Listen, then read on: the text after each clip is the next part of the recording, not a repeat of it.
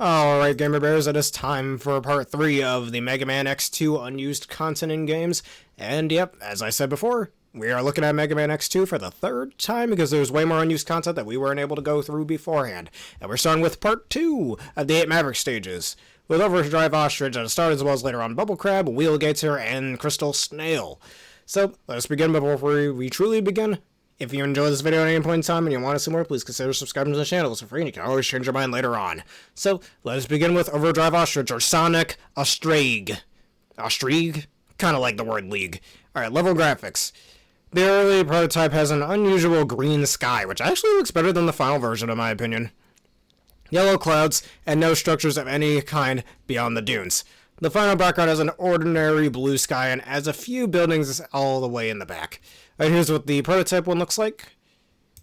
This is a nicely sized picture. And here's the final version with all those buildings in the background. I wonder who lives in those buildings or resides in them.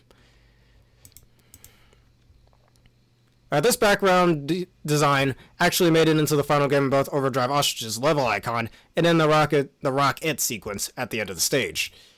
Alright, here's a closer look at that, with this little ride armor sitting over here, or not ride armor, but ride chaser sitting here.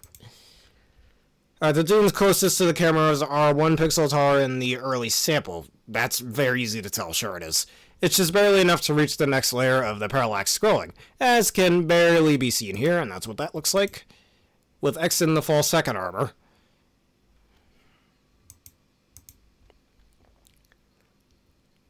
Alright, the background in the early prototype is much darker than the later ones, probably because the hangar door isn't open yet.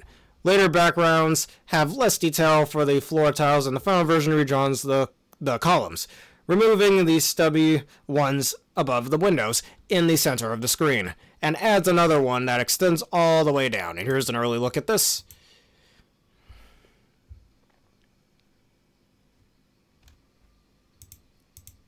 Here's a look at the later prototype version.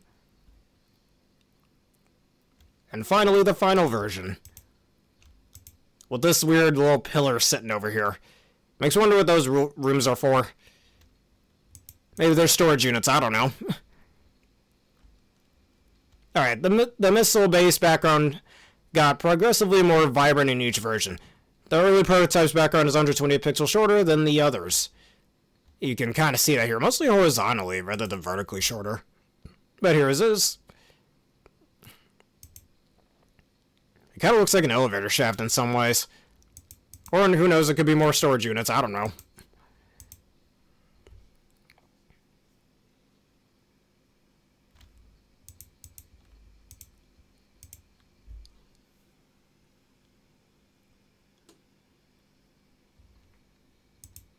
Alright.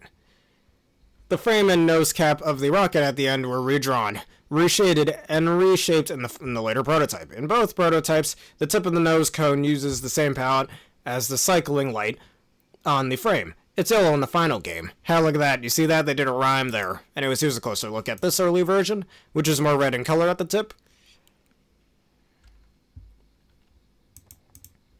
Here's the later prototype, which seems to be slightly shorter, and a bit of a darker red color. And here's the final version, that is now yellow. The red ones look better, but whatevs.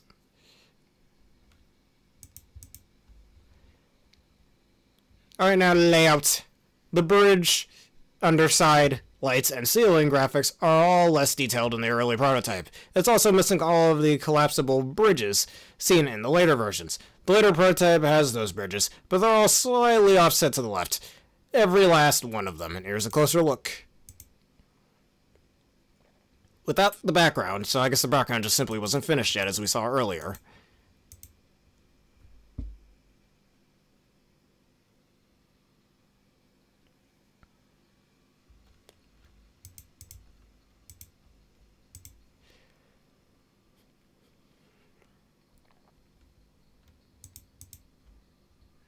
There are lip-up tiles underneath the ceiling lights in the early prototype version. These were likely eliminated to make room for new tiles. There are good candidates because this is the only place they're ever seen. The early support beam graphics are the same shade as the purple walls, while in the later prototype and final game there are lighter shades of purple. The final tile sets adds detail between the crossbeams and eliminates the curve at the bottom of the edge of the wall. Since the Aclanda enemy has yet to be coded or even drawn, the reason for its absence should be obvious. Well, gee, thanks for spelling it out. Anyways, here's a closer look. You can see the little tunnel system that's supposed to lead into the next area. And I think later on to the fight with Vylon. And here's the final version with the Aclanda enemy.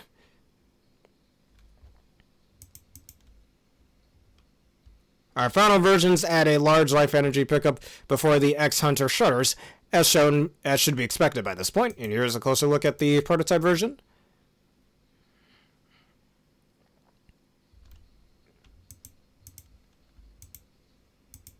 Later prototype.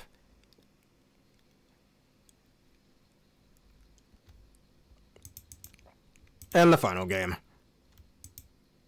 How generous of them giving us an energy right there.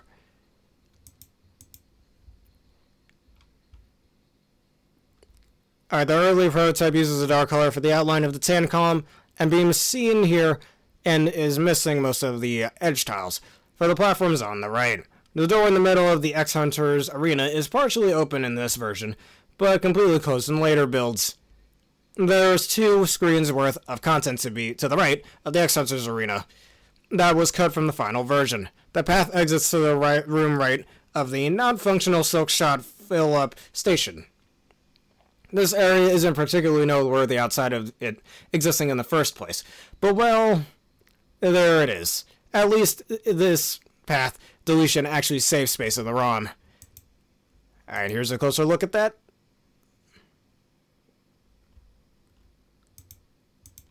Here's the later prototype, which kind of looks the same.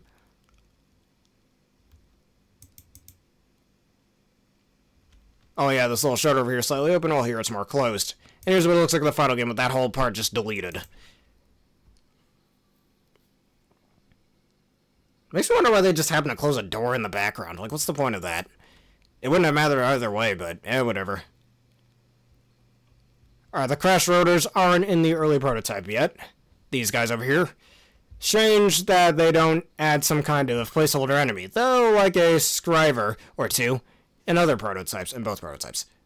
The ladders on the right side are shorter than the ones on the left. They're all the same length in the final game.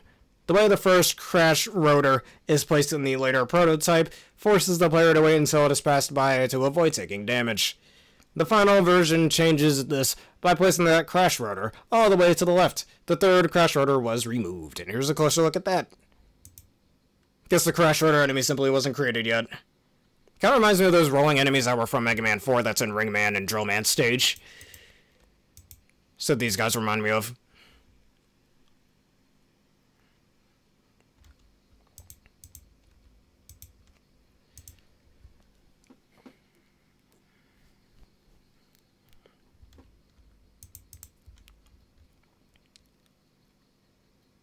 Alright. Road Riders start showing up much earlier in the older prototype. It's replaced by a crash rotor in the newer build. Here's a closer look at that. Too bad it isn't Green Biker Dude. Would have been nice to see him again.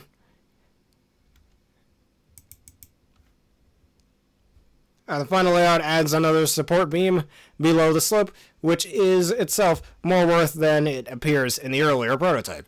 Look also at the cracked rocks in the desert area. In the earlier prototype, they're completely natural, while in the later prototype and final game, they're filled with machinery. And here's a closer look at this. Right over here being more like natural rocks.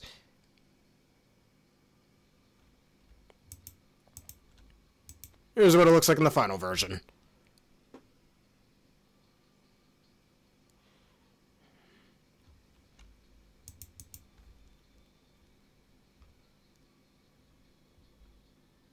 Alright, the machinery below the long bridge is missing from the earlier prototype, and there is an extra road rider that comes in from the left of the screen. The design of said bridge is different in both prototypes and resembles the collapsible bridge object. Closer look at this, here it is, with this enemy sitting over here again, which is not there in the final version.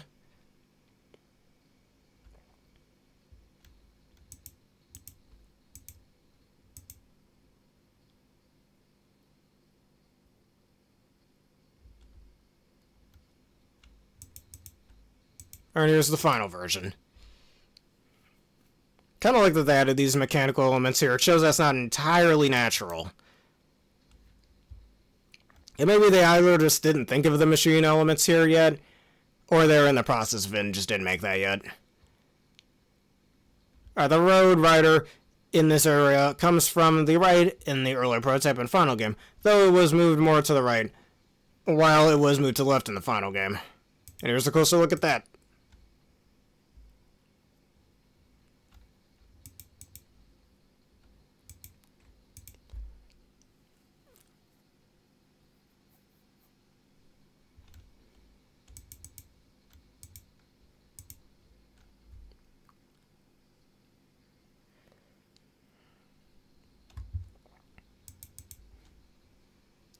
Right here, the Road Rider comes in from the right in both prototypes, and from the left in the final game. A Crash Rotor was added to both this and the previous area, and here's a closer look at this.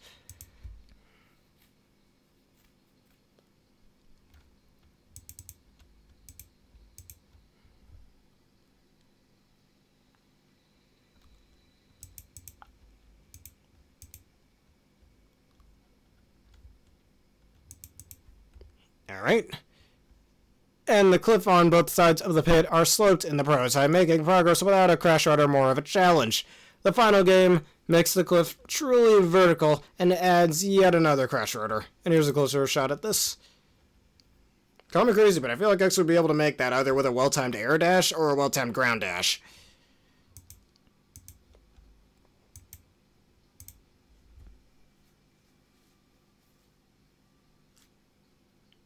Especially with this little bridge here helping him.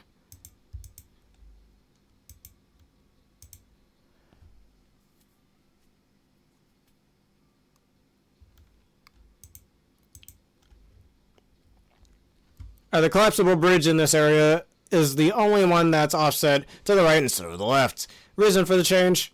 We don't know. When the bridges collapse, they create a small pile of sand.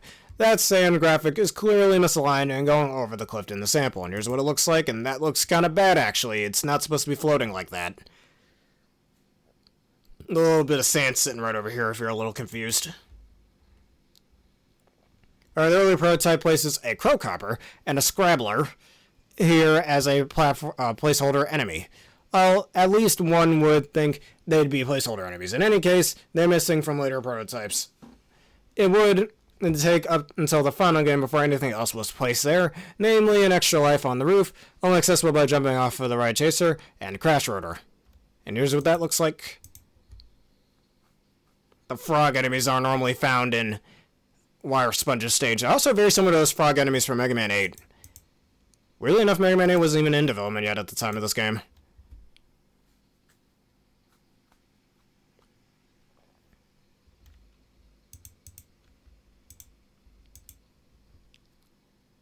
And maybe those frog enemies are based on these enemies from X2. Alright, the jump at the Ride Chaser has to make to get to the next section exists in both layouts, but the setup is different. In the early layout, the first upward slope straightens out and then slants downward into a pit, while the second slope is a platform that hangs in the air. In the final layout, the first slope terminates in a straight section and ends in a smaller pit, while the second slope is part of the floor. And here's a closer look at that.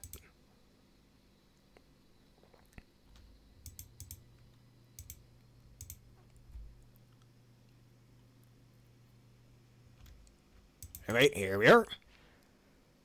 Alright, we got a pretty long one here. The platform is in cross beams in the section where either redrawn or recolored in each version of the game. They might as well have gone overboard with the lights here. There's a hill of sorts at the bottom in the early prototype that was leveled in later layouts.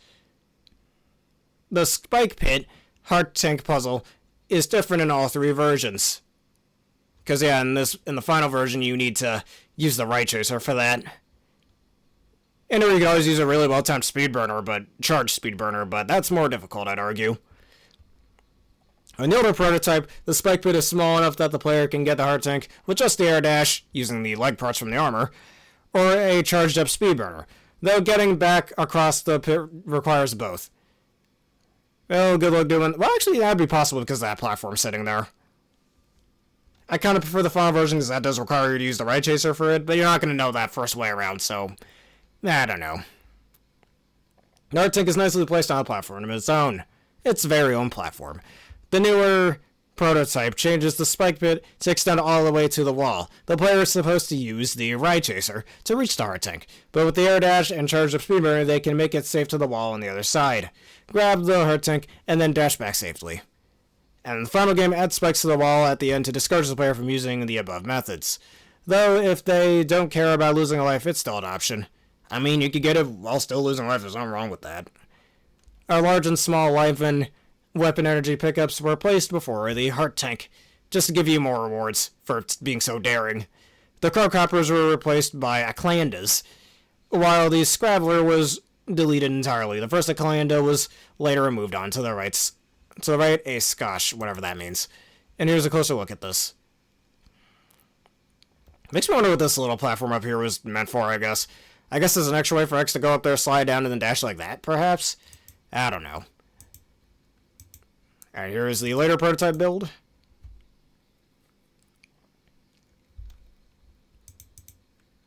Here's the final game. The wall decorations in the light capsule chambers are different in older prototypes since the light capsule gives the leg parts in the final game, and the game has to demonstrate how the air dash works. The chamber that the one we'll call it, the capsules in that to be opened up a bit. And they do look a little different, so here's the early prototype.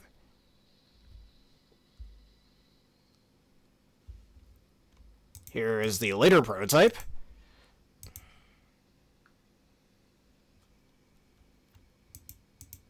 And the final game.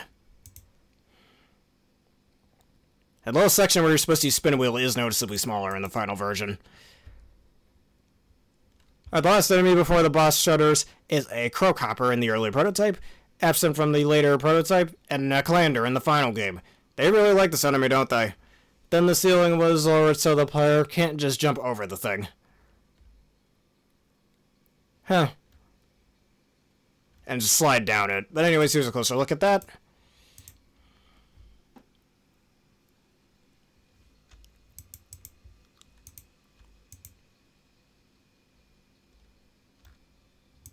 And the final game.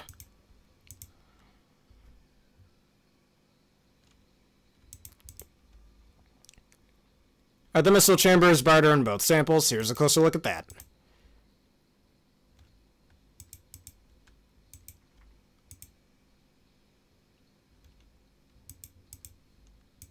It's a bit darker here as well. Wonder why they changed that. Maybe it's just a better contrast with the rest of the layout? I don't know. Alright, now we have the boss weakness table. The final version adds a secondary weakness to Silkshot and makes Crystal Hunter more effective, as you can see over here. When normally Overdrive Ostrich's weakness is actually his Crystal Hunter. Charged Crystal Hunter is completely useless, don't use it.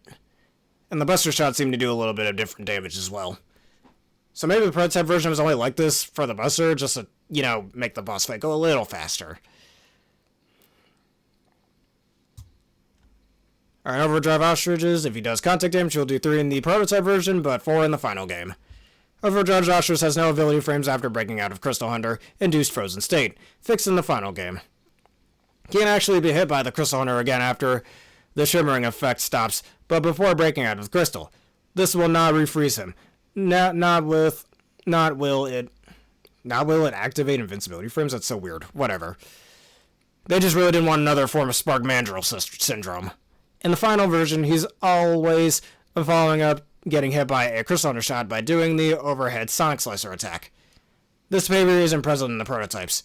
Overdrive Ostrich doesn't have any sound effects assigned. He squeaks in silence, or squawks in silence, because he just didn't have his sound effect yet. Alright, now miscellaneous for this stage. The prototype only has 2 checkpoints, one at the beginning and one at the end. The final version adds a checkpoint before the first ride chaser, and another at the entrance of the missile base. The checkpoint that the final game uses for the credit sequence is in neither prototype. And let's take a closer look at that.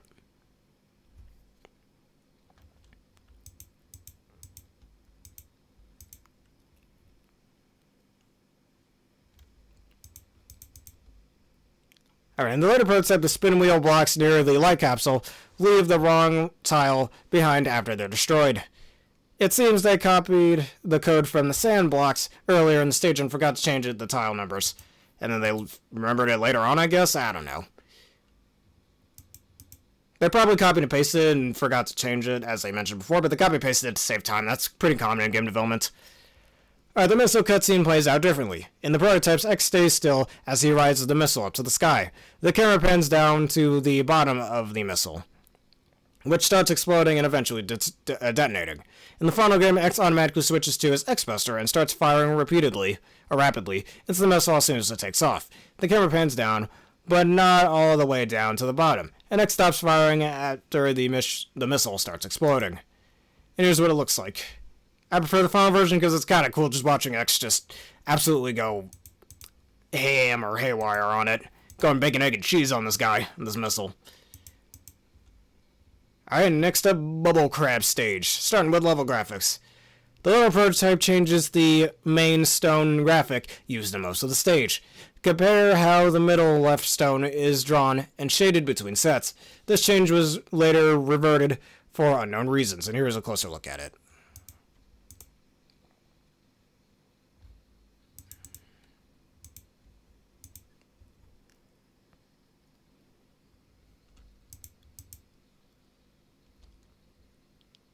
There's more to the sunset background in the early prototypes. The first 32 lines were erased in the later prototype and replaced by a single color. This over here, since you know there's a bit more orange over here than is in the final version. The reason for this change is because those lines are normally off camera. Well, without using a hacked camera, it makes sense you wouldn't be able to see it, but this looks better overall. Here it just looks a little crappy, I guess.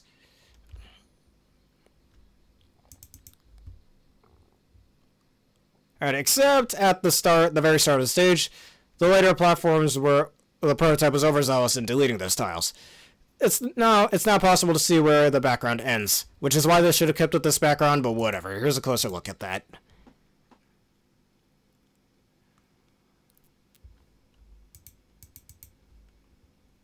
The background in the final game adds some of those tiles back to fix the cutoff issue. And here's what that looks like.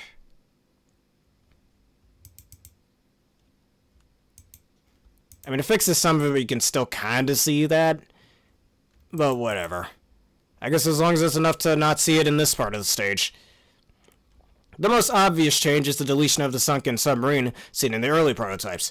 This tile was removed to make room for graphics added in the later prototype. The early background is brighter and is missing the furthest tier of ocean floor, the darkest blue area. And here's what that looks like. It would have been nice to have this little thing in the background. It could have been a little reference to Launch Octopus, even.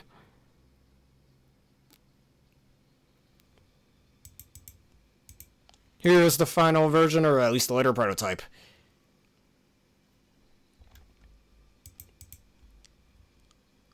Alright, the deep blues of the early background were changed to teal color in the later prototype. I prefer the deep blue, it looks better.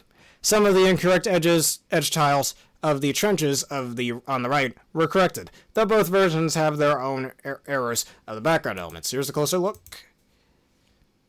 Kind of like this little trench going on over here. It's a nice little touch. And I guess those are supposed to be the little bubble graphics or something. I'm not entirely sure.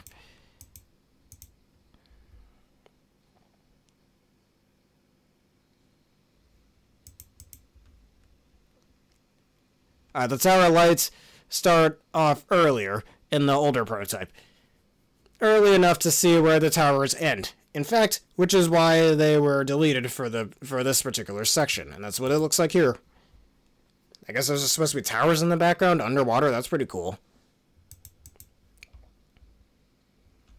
Alright, the pod and the back have two sets of cycling lights in both prototypes. The main set of cycling lights surrounding the pod, and two cycling lights in the center.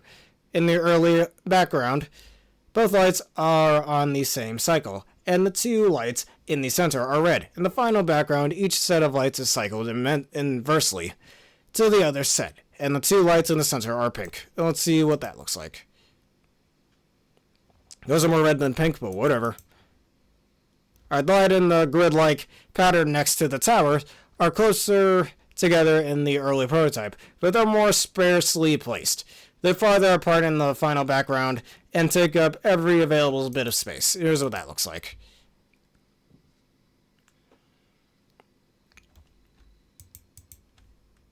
The blue light extends further to the left in the prototype, which leads to yet another visible background cutoff error. And here's what that looks like. You can kind of see it right over here.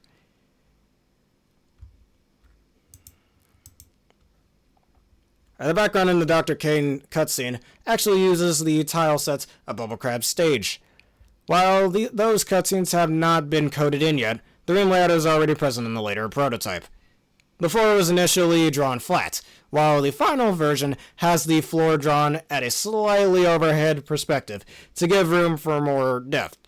The color errors with the shutters around the purple monitors were corrected in the final game. Here's what that looks like.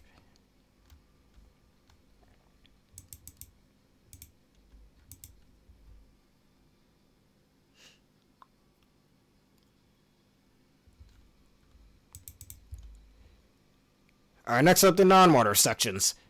The Barite Last Stars and Crowcoppers, which are damn near everywhere in this version, take a place for Baton Bone G's. I guess these all bat guys, which have been drawn but not yet programmed.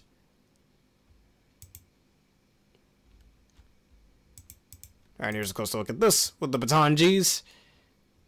I prefer the classic series name of Batonton, but whatever. There's a big gap between the two cliffs in both prototypes, but this makes getting to the other side with the extra life very annoying, especially since you need spin wheel for that. The player has to scale a cliff face while avoiding either a Barite Last Star or a Baton Bone G. The final game narrows the gap, letting the player get to the other side with a simple dash jump, but also adds a fifth Baton Bone G above the gap to make it a little harder to get there, and it could surprise you with a hit. Because, yeah, imagine trying to cross this whole thing. That's borderline impossible. Frogs aren't fish, but when fishes haven't been coded yet, you make do. The water in the early prototype is darker than in the final version, and I don't think I clicked on these, actually. And this huge gap over here you can't normally see, but I feel like they should have put some rocks there anyways. And here's the final game.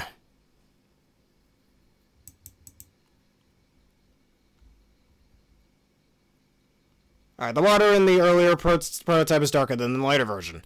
Of the fish urns were placed on the left side in the final game. Here's what that looks like.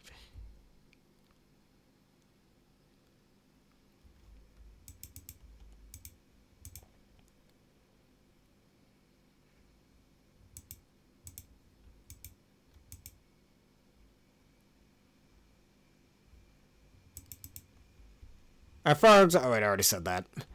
Not sure what kind of animal a Barite Last Star is, but it's probably not a fish. This is where the fourth fish urn is in the prototype. The final version also narrows the gap on the fall down. And here's what that looks like.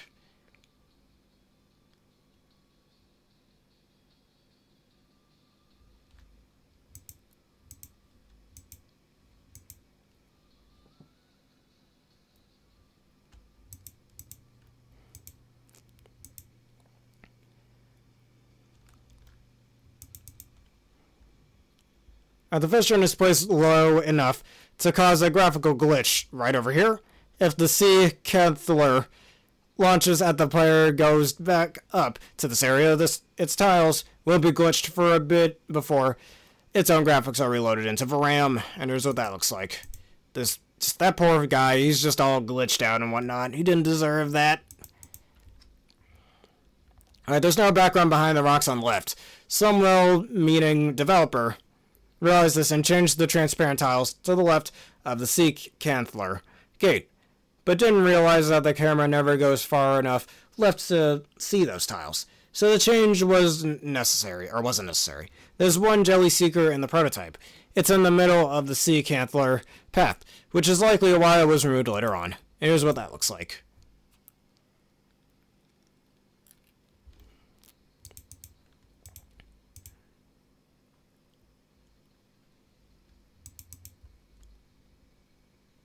This is where a heart tank would be in the final version, right all the way up there. But in both prototypes, there's just an extra life. The platform the life/tank is on is higher in the final game.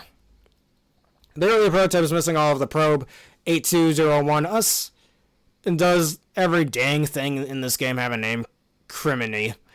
Or Criminy, whatever. Yeah, everything in this game has a name. That's just Mega Man for you. Every enemy has a name. That would let the player access the sea level. What it does have is an extra Joy Seeker. Joy! There are 3 probe 8201s, us, in the later prototype. 2 in the final.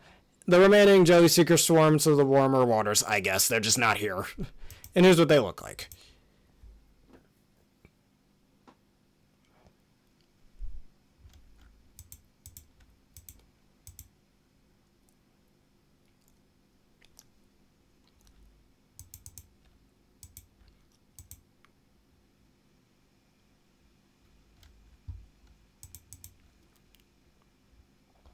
At the topmost probe rocket, too high in the later prototype. X is pushed through the probe and Tad when it tries to rocket him to the ceiling. And doesn't that kill him in the final game? I'm pretty sure it does. But here's what that looks like. He's like, I'm about to die, aren't I? Yes, you are. The Silkshot Life Energy Refill Station is barricaded by spin wheel blocks in the early prototype, which of course can be destroyed in this build. The later prototype adds 2 wall decorations in the room.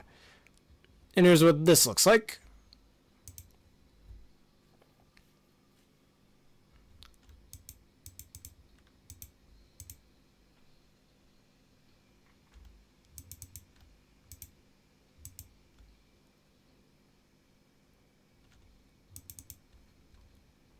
There's an extra Jelly Seeker at the top of this section. The ground below the extra life, which is below the lower camera boundary, extends further down into the left in the later prototype. Here's what that looks like.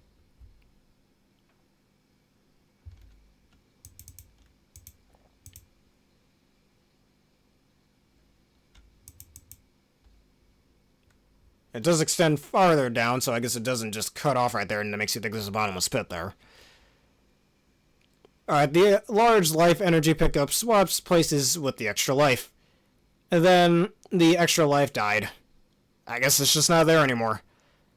Having realized that the added ground tiles below the extra life energy don't really serve a purpose, the developers removed them from the final layout. Which is why it's not there anymore.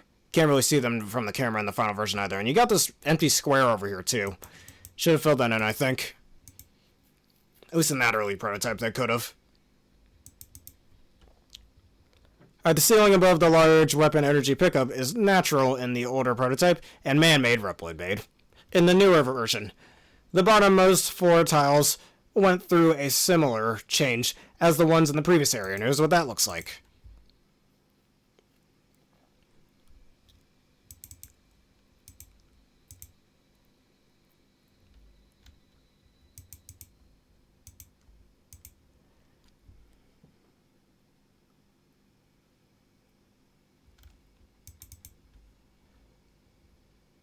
Alright, this obscure room can only be accessed through the higher jump height that the charged bubble splash gives X. I actually didn't know that. Interesting.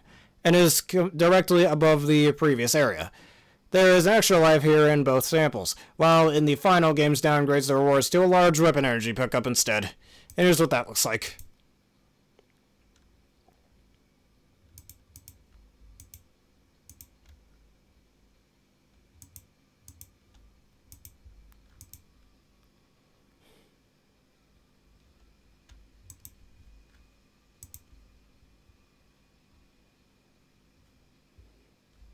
Alright, as you may have noticed, the older prototype has far too many Jelly Seekers for its own good. Only the second one made it in. And here's what it looks like.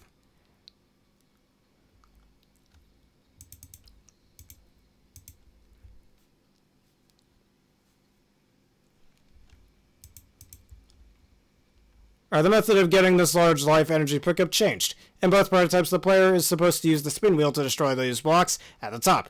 Even though the later prototype properly implements the spin wheel block destroying mechanic, the blocks here are still unbreakable. In the final game, there's a fake wall on the right side of this platform that the player can go through to get the pickup. Here's what it looks like.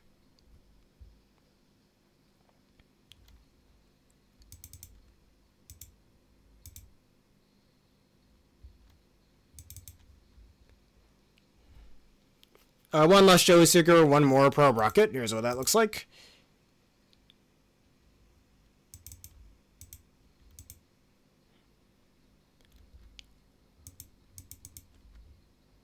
Now this is just silly. The last 3 Jelly Seekers were destroyed, and a helpful Probe Rocket was put in a large pit. Said Probe Rocket starts out higher in the prototype version. Here's what that looks like. Why are there so many of them? Good lord. I know you can jump higher underwater, but they expect you to cross this gap? God damn.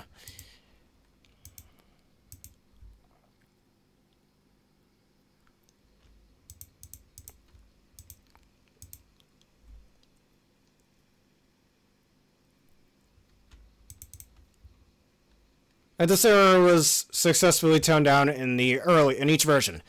The older prototype has a spike pit at the start and a spiked ceiling to the top right. The later prototype removes the ceiling spikes but keeps the spike pit, which was later taken out out of the now finalized layout.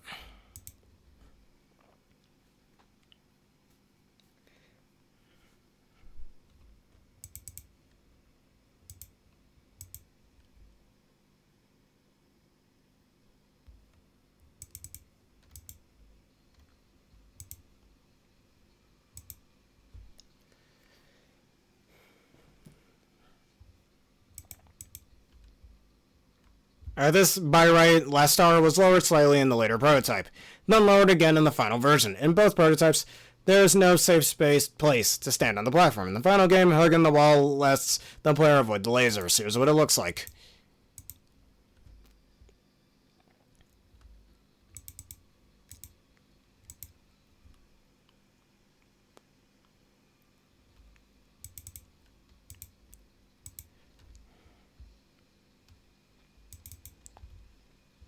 There's a driver placed on the platform below the exit room entrance. This is almost unavoidable if the player uses that exit, which seems unnecessary and cruel. So the kind developers put a large life energy pickup in its place to heal up from the fights, to counterbalance the loss of that enemy. A by-right laster was placed below that platform. The final game removes the spike wall trap, thank goodness, and the striver by the boss shutters was deleted. The added bright light star was moved down for the same reason as the one in the previous section. Here's what that looks like. That is kind of cruel, just placing it there and it can jump right on you as you're coming through the door. That's just bad level design at that point. Like, why would you place that there, really? Anyways.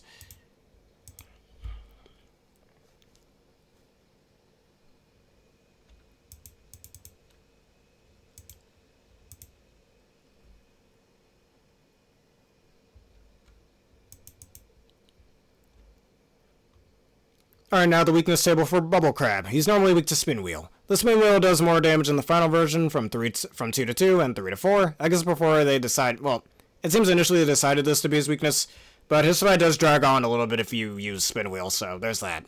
The Buster Shots also seem to do a little less damage in the final version. Pretty much just the half charge shot and the medium charge shot. Alright, he does 2 damage in contact in the proto version and 3 damage in contact in the final version. Alright, no sound effect for Mr. Crab at this point. Just doesn't have any finished sound effects yet. And this is his boss room without him in it, weirdly enough. The background in Bubble Crab's arena doesn't go up as far as it should in the early prototype. And it vanishes, once the fight starts. Alright, in both prototypes, the cycling lights in the backgrounds are visible when the player enters the arena, but disappears when Bubble Crab enters the room. This in itself is not an oversight. The background disappearing is because that layer is used by Bubble Crab's shield, but the player shouldn't be able to see it disappear. To mask this, the final version removes the transparency from those shutter tiles.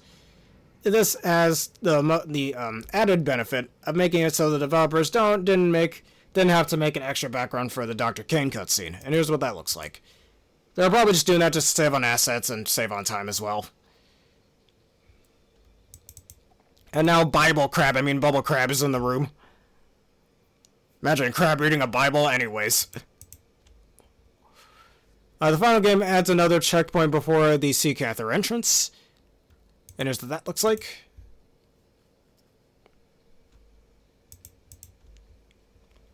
There are 2 checkpoints unused for the cutscenes in the final version, with whatever the hell's going on here, good lord. The first is for Dr. Kane, and the second is for the epilogue. They are partially set up in the later prototypes, but they use temporary parameters. Dr. Kane's checkpoint teleports X to the start of the stage, with a shifted background layer and invisible enemies, while the epilogue checkpoint teleports the player to the top and slightly to the left of Bubble Crab's room with the camera locked, and here's what it looks like.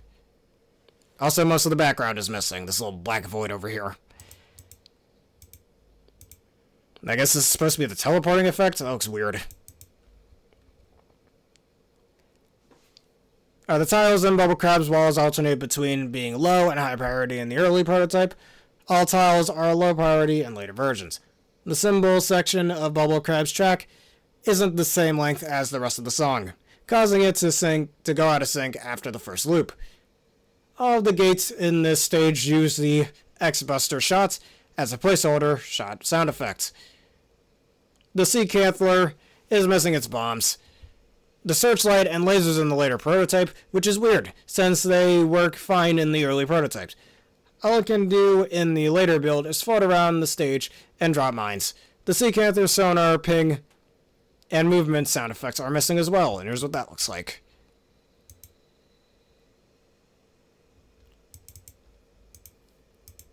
He's using Speedburner, but apparently with the Chargebuster shot sound effect. The gates blocked aren't properly marked as underwater tiles in the prototype, and once the red gate retracts, trying to go back up with the glitched Sea Cather palette, which has inverted colors, going back below the gate will fix this, and here's what that looks like. That is quite cursed, I must say.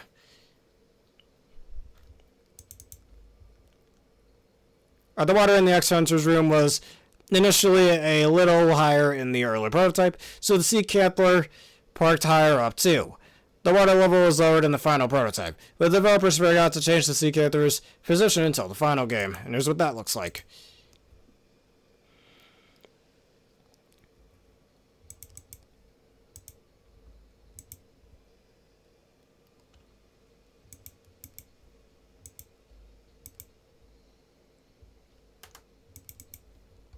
Alright, next up, Wheelgator stage, or Wheel Alligates. Alright, level of graphics, and here's a closer look at this, where the background seems to be a lighter blue color. You can actually see most of it, how funny. Alright, here's what it looks like in the later version. Significantly different. The color is duller, and the background is a duller color as well. I honestly kind of prefer the prototype version of this. This looks better in my opinion. This is certainly the biggest difference so far. With that gaudy color scheme and domed / saucer-shaped buildings, this looks like something out of the classic series. Probably, yeah. This was heavily redesigned in the later prototype to use more traditional colors and shaped buildings. The only thing kept from the older designs are the medium-sized clouds and the tall, cylindrical building types. The now muted color scheme probably made it easier to implement the day and night palettes shifting too. The old building's design can be seen in the Wheelgator's icon, which wasn't redrawn after the new background went in, and that's what it looks like.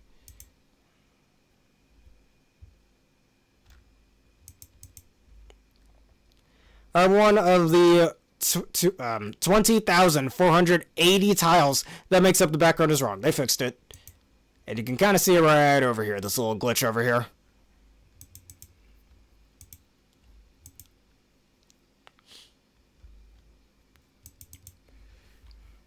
Alright, here we go again with the differently colored backgrounds. The lower part of this background used in the right armor section in both versions is a continuation of the first background in the early prototype. Since the player can't actually see where the backgrounds connect, the later prototype and final game can get away with copying most of the previous backgrounds to make the skyline visible in the right armor areas, and here's what that looks like. I seriously do prefer this color scheme, I don't know. I guess this one makes it look more dystopian, but still. Also, all those windows, man, that would have been a really nice view. For some reason, the tiles that make up the tall rectangles buildings further in the background is repeated multiple times in the later prototype. Those extra tiles were removed in the final game. Here's what that looks like.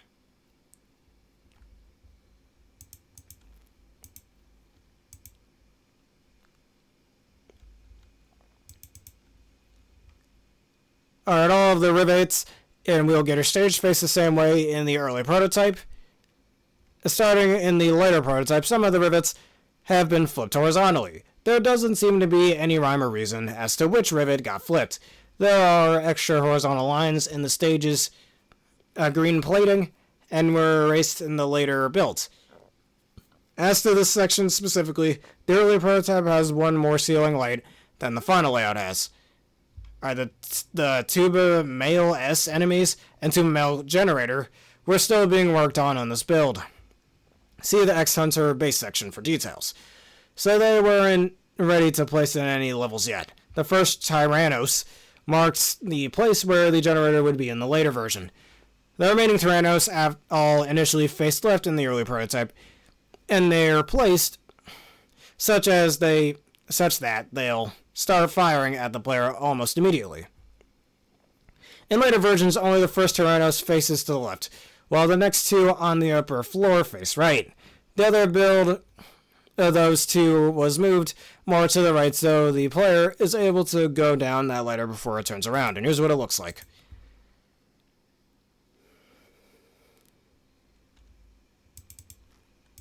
And the Tyrannos are also a significantly different color. They were yellow and orange in this build, while they were green and blue in this build. I guess to contrast more with the background. In the early prototype, it is possible for the player to go above the opening by climbing to the wall at the bottom. There's nothing up there, and an invisible wall prevents the player from going any further to the right, but the player being able to get there in the first place might lead them to think there's something hidden up there. Player curiosity. The later prototypes in the final game made that wall unclimbable to try to keep the player off. The player can still get up there using the Giga Crush or the Shoryuken. And here's what that looks like.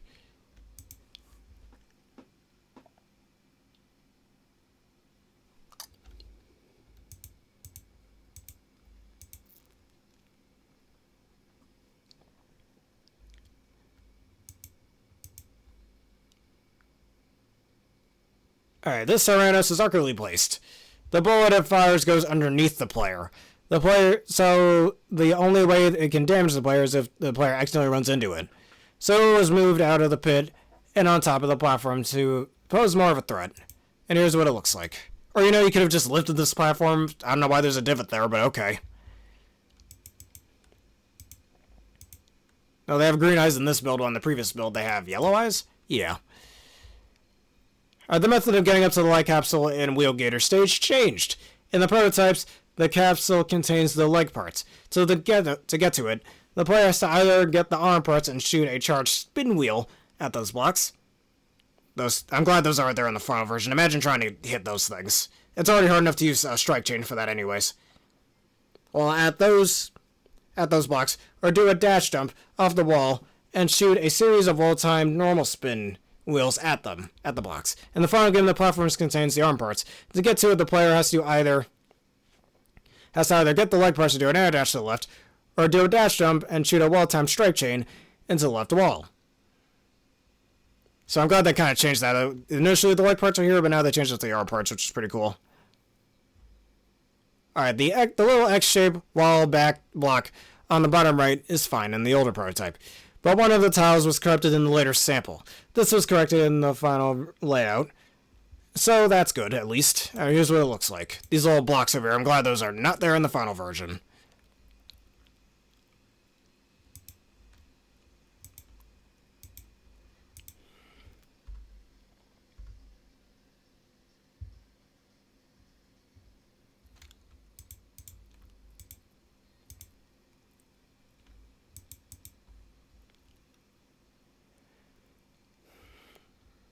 Alright, since the switch activates, platforms aren't in the earlier prototype ROM, the spikes in this section had to be temporarily removed. The orange lights in the background are brighter in the older prototype, but Tyrannos were replaced with Disc Boys 08s. Alright, here's what that looks like.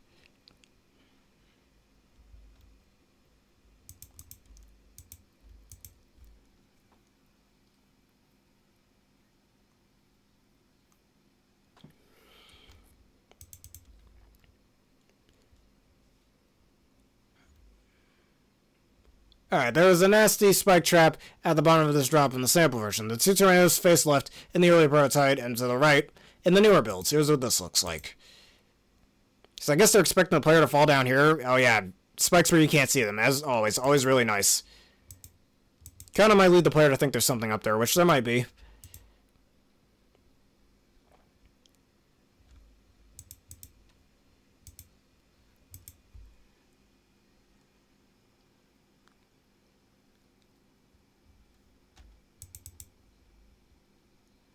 The red armor and the backgrounds are messed up in each version, but in different ways.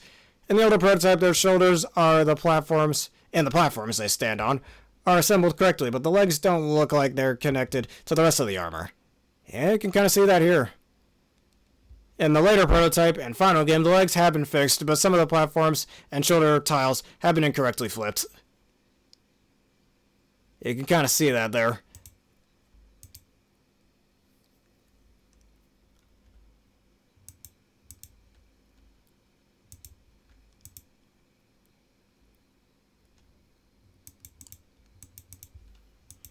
Alright, here's what the final version of this background looks like.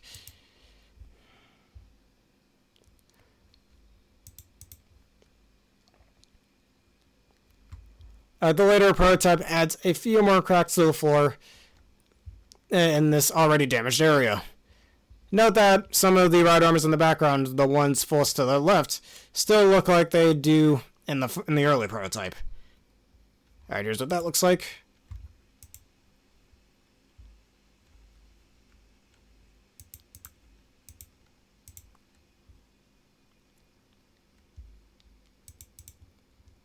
Alright, after all of the Tyrannos have been encountered so far in the prototype, one would expect to see them here, too. One would be wrong. They only appear in the later prototype and final game. The slope by the last Rideloid G is further to the right and dips down more in the early prototype. Here's what that looks like.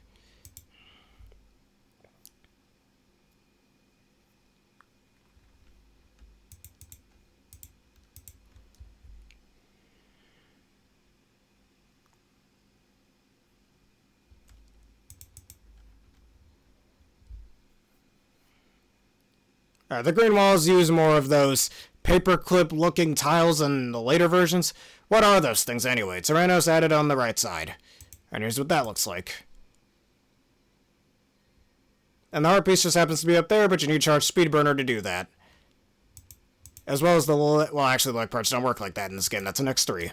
It's a, burst you vertically, but otherwise.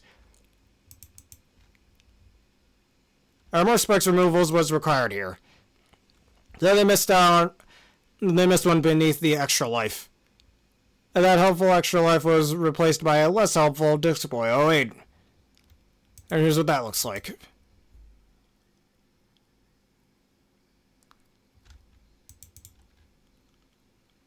You can see those spikes still there, actually, in the prototype build.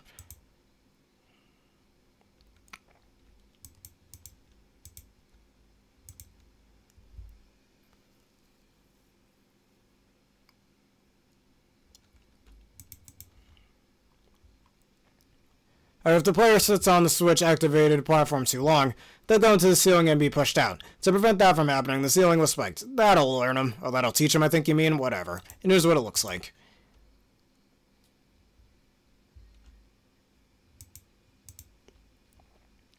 Alright, no switch platforms, no spikes, no problem. What is a problem that the Tyrannos that drop from the ceiling, they're a clear placeholder, also these ones are a different color than the ones we saw earlier, from the flying Tubamile S enemies. So the early prototype has an excuse for not placing them there. The later prototype has no such excuse, seeing as they're already been properly placed everywhere else on the stage, and here's what they look like. They're purple and blue with green eyes this time. There was no point in changing their color, so I'm glad in this build they just went back to what they had before. And now in the final version, they're replaced with these flying enemies, which makes more sense when you're on this platform.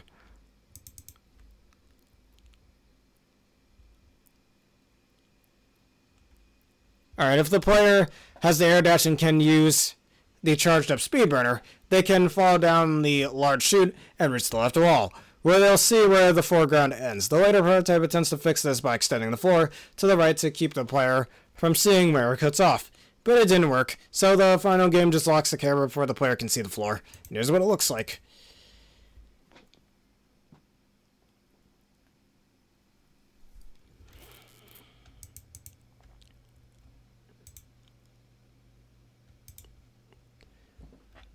Of the player, we already saw that.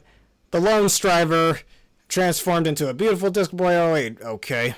The powered up cubbies are occupied by enemies in the later prototype, though they forgot to take those power-ups out. And here's what it looks like. Now, I'm going to be a little faster with some of these images because there's an awful lot of these. If you need to pause, just pause while they're here.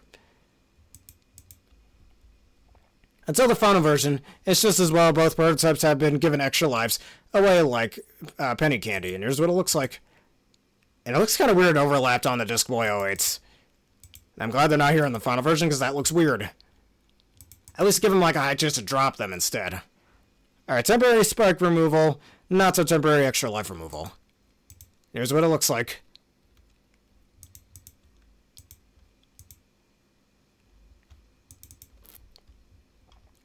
Our two Strivers become Tyrannos, one Tyrannos becomes a Disc Boy 08, Circle of Life. The three Tyrannos enemies enter later when extinct. Over millions of years, their bodies decompose and eventually form into a valuable large energy pickup. Yeah, whoever wrote this was really having a lot of fun.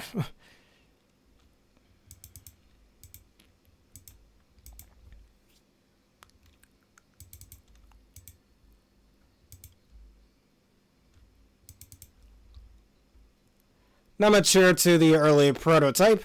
Just three Scrabblers. In the later prototype, there is a Tubble Male, a Generator, two Strivers, two Tyrannos, and four individual Tubble Males, S enemies, and fall from the sky. Whoa. Whoa, indeed. Here's what it looks like. With this weird graphic sitting over here. Here's what it is in the final version.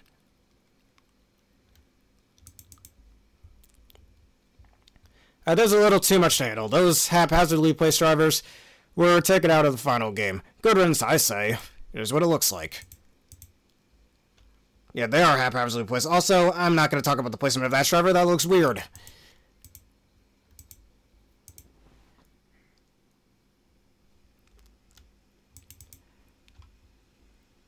One of the 128 by 128 slip blocks is too low in the early prototype. Strivers hold the place of the Tuba Male Generators. Here's what it looks like.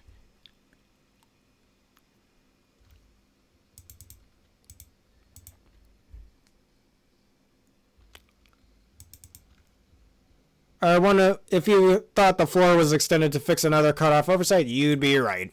And here's what it looks like, and you can kind of see that from there.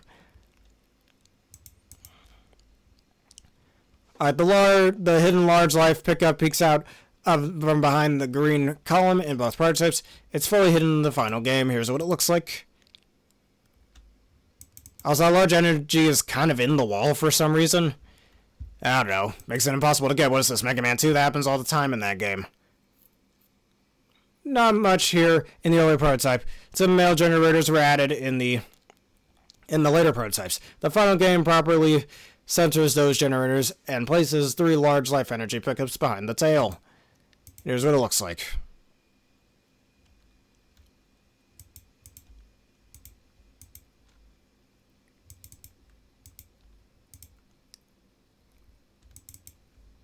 There's nothing stopping the player from entering the boss shutters in the early prototype. There's a unique gradient on the top left of the eyelid in the older layout. That tile was deleted from the tile set to save space. Here's what it looks like.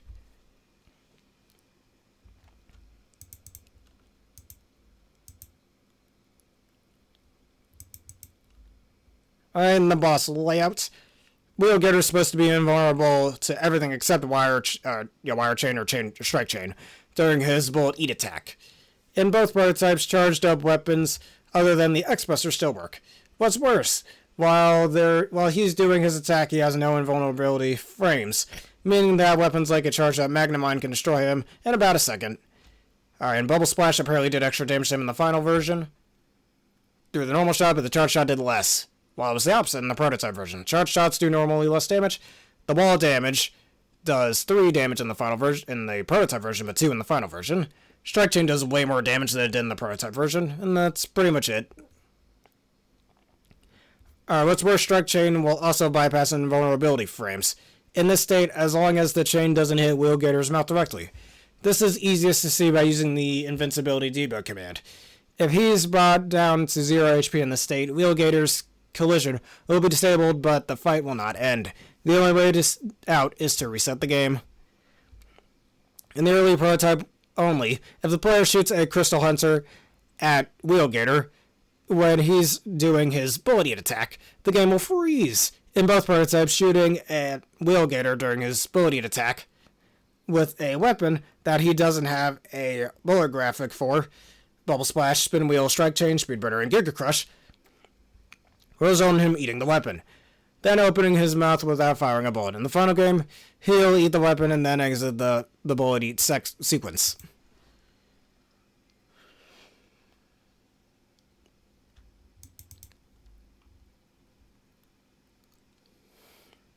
The priority of the green tiles in Wheelgator stage is different in all builds.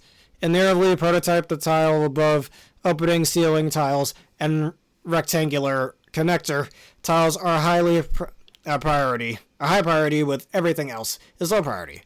In the later prototype, the tile above openings are now low priority. In the final game, all of the green tiles are a high priority, except for the tiles that make up the background wall at the right armor section. Here's what it looks like.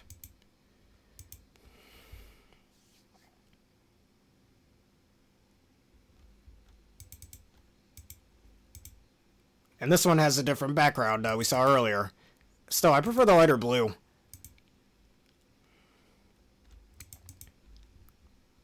On both prototypes, the player reaches the end of the first hallway with a Tuba Mail S trailing behind. They can see the palettes being overwritten by the light capsule palette. The final game fixes this by putting the Tuba Mail S palette in a different slot. Here's what it looks like.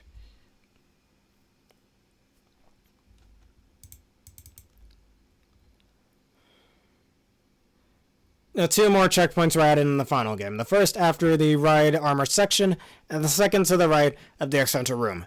In both the later prototype and the final game, the background palette changes every 18 seconds until nightfall. In the prototype, the palette starts changing immediately, while the final version adds 60 second delay before the palette changing starts. Both prototypes' new graphics, drivers in the early prototype, Discboy 08s, and Switch activated platforms graphics in the later prototype. Early, if there is a Rhytaloid G going after X. Just ignore that. This graphic and palette will glitch out while it is still on screen, moving back to the left while reloading the correct tiles palette. The Heart Tank's graphics aren't properly loaded into the early prototype. And here's a look at all of these.